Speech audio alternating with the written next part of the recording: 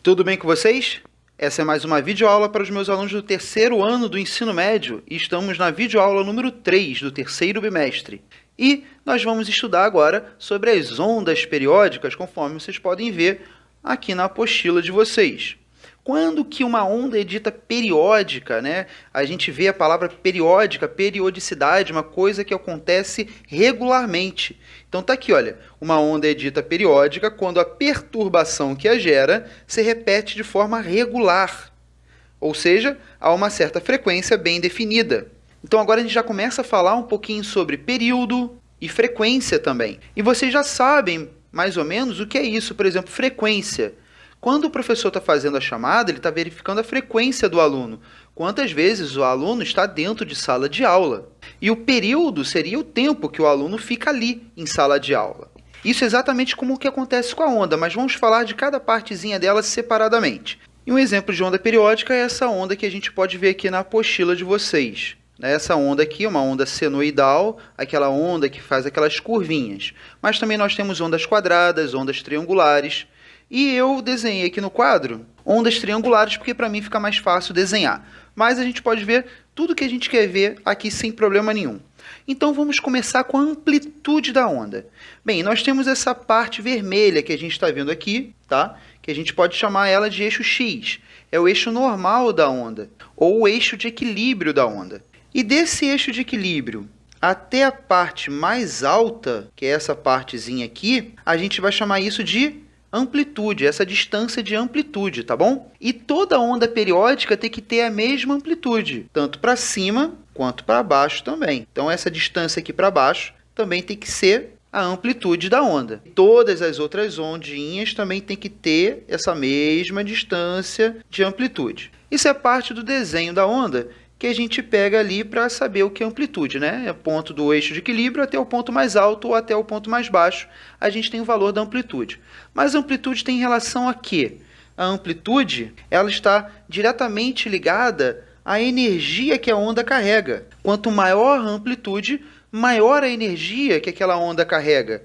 E se for uma onda sonora, aquela amplitude tem a ver com a intensidade ou o volume da onda se ela for o som. Quanto maior o som, maior a amplitude daquela onda sonora. Vamos ver uma outra coisa aqui então. Aqui vocês podem ver que tem esses picozinhos aqui, né? Isso aqui é chamado de pico da onda realmente. E aqui embaixo a gente está vendo um Vzinho, é o vale. Tá? Então essa parte de cima a gente chama de pico e essa parte de baixo a gente chama de vale. A gente pode ver também na outra onda, que já é uma onda mais suave, né? Mas essa partezinha aqui continua sendo chamada de pico ou crista da onda, tanto faz, tá? Então vamos chamar de crista, já que está aqui na apostila, e na parte de baixo, o vale da onda. A mesma coisa aqui, então, vamos apagar e vamos chamar de crista. Nós temos a crista da onda e temos o vale da onda. A gente chama a distância de uma crista até outra crista de comprimento de onda, que a gente vai representar pela letra grega lambda, tá? Lambda é o comprimento de onda. Escrever aqui, ó, comprimento de onda. E não confunda com o comprimento da onda. A onda, ela não tem, nesse caso aqui que a gente está estudando, de ondas periódicas, ela não tem o comprimento da onda total. Ela é infinita, tanto para a parte esquerda quanto para a parte direita. A gente pega um pedaço da onda para estudar. Então, a gente vai estudar o comprimento de onda. Muita gente se confunde com isso, porque pega um desenho e coloca aqui, começando do 0, e aqui termina, sei lá, no 10, e acha que o comprimento da onda vai de 0 a 10, ou seja, é 10. Não é. Não é o comprimento da onda, é o comprimento de onda, que vai de uma crista até outra crista, tá? Não se confundam, por favor. Só que eu gosto de falar que o comprimento de onda não é a distância de uma crista até outra, ou também pode ser de um vale até outro. A distância tem que ser sempre a mesma para ondas periódicas. Mas eu gosto de falar que é a menor distância entre dois pontos de mesma configuração. Vou falar de novo para vocês entenderem o que eu estou falando, hein? É a menor distância entre dois pontos de mesma configuração. O que isso significa? Trocar de cor até aqui para azul para vocês verem. Vamos pegar qualquer ponto da onda, porque muito aluno às vezes fica preso a essa parte só pegar a crista e só pegar o vale. tá? Mas a gente pode pegar, para saber o comprimento de onda, qualquer ponto da onda. Vamos pegar um ponto que passe pelo eixo X, pelo ponto de equilíbrio. A gente sempre lê o gráfico, lembre-se disso, hein? Da esquerda para a direita, tá bom? Então, começando da esquerda para a direita, naquele ponto, a onda ela está descendo ou a onda está subindo nesse ponto aqui? Pensaram? Então, a resposta é como? A onda está descendo, porque a gente começa da esquerda para a direita, né? Então, ó, tá aqui embaixo, tá subindo, aí vem, tá descendo, tá subindo de novo, então aqui só pode estar descendo, correto? Beleza, vou até apagar isso tudo para não ficar tão embolado aqui assim pra gente. Então, a gente sabe que a onda nesse ponto aqui, ela está descendo, cruzando o eixo X. Aonde que a onda está descendo, cruzando o eixo X de novo? O ponto de mesma configuração, descendo, cruzando o eixo X.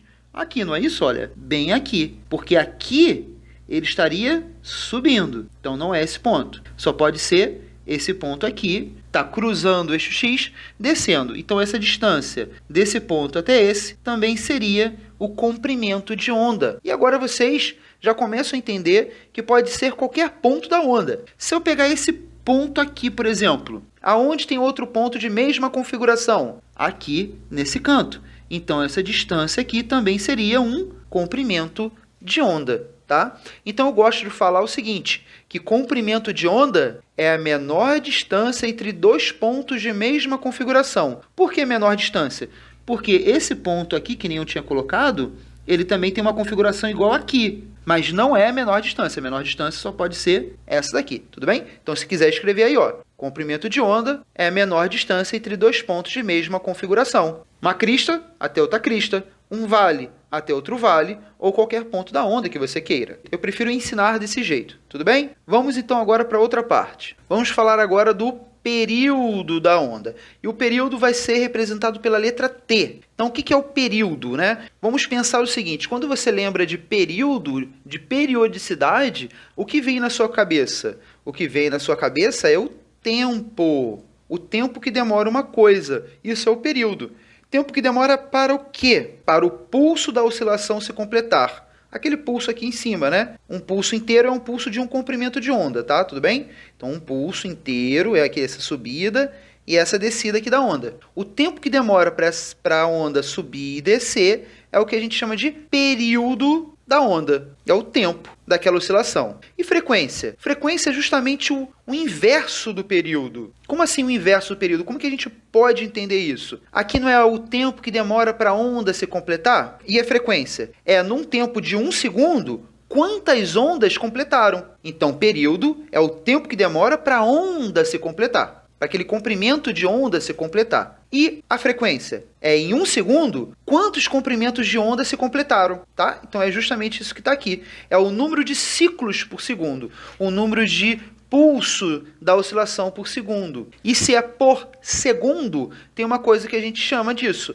É o Hertz. Hertz é por segundo. Então, só para vocês entenderem aqui, ó, frequência, ela será dada em Hertz. Hz, tá? E o que é o Hertz? É ciclos por segundo, ou seja, um ciclo por cada segundo. Você também tem um irmão gêmeo, praticamente dele, né? Não é gêmeo, mas tudo bem, que é o RPM, tá? O RPM, você já viu? São rotações por minuto. Então, quando é por minuto, a gente usa o RPM. Quando é por segundo, a gente utiliza o Hertz.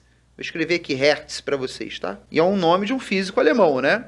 Então, nós chegamos até a velocidade da onda. A velocidade com que aquela frente de onda ela se move. E como que a gente está falando de onda periódica, ou seja, que ocorre em uma certa periodicidade certinho, não muda?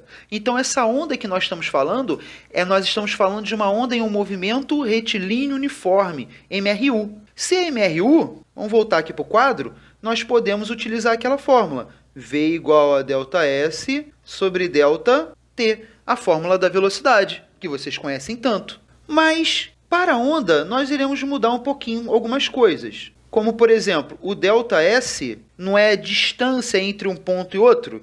Então, o nosso ΔS vai ser a distância entre um ponto e outro da onda, que é o quê? Que é o comprimento de onda. E o tempo?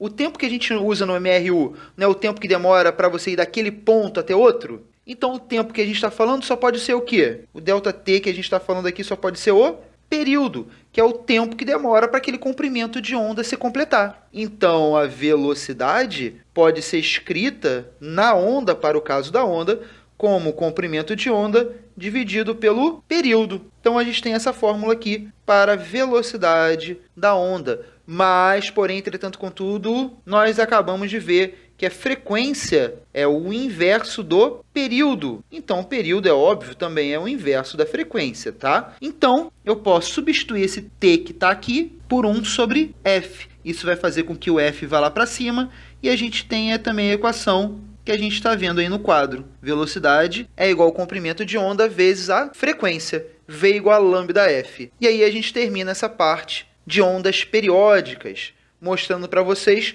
todas as grandezas que a onda periódica tem, que é o período da onda, a frequência da onda, a velocidade da onda e também a amplitude da onda. E depois nós vamos fazer exercício sobre isso. Nesse vídeo a gente fica somente com a parte teórica, tudo bem? Não vamos nos prolongar por aqui, vamos terminar essa parte para que no próximo vídeo a gente comece a falar então dos fenômenos ondulatórios. Por favor, vocês não estão colocando suas dúvidas na plataforma Google Classroom. Tem alunos que estão com dúvida, mas não estão escrevendo as dúvidas. Coloquem suas dúvidas lá na plataforma. Quando eu lanço um vídeo na plataforma, você vai lá naquele vídeo que eu postei e vai comentar no vídeo na plataforma Google Classroom. Não na plataforma do YouTube, tá? Então você vai lá naquele vídeo e vai fazer o comentário. Como que muitos alunos pediram somente uma pasta para as dúvidas, eu criei também, tá lá. Vamos tirar nossas dúvidas? Coloquem suas dúvidas aqui. Por favor, façam isso. Toda vez que você estiver estudando, vendo o vídeo, façam suas anotações. A única coisa que eu peço para vocês são esses 10, 15 minutinhos por semana para ver o vídeo. Veja um vídeo anotando as coisas para vocês entenderem. E o que não entendeu, anota também para a gente tirar nossas dúvidas. E ninguém está postando as dúvidas. Por favor, façam isso. Mas não esqueçam sempre de se cuidar. Fiquem em paz e até mais.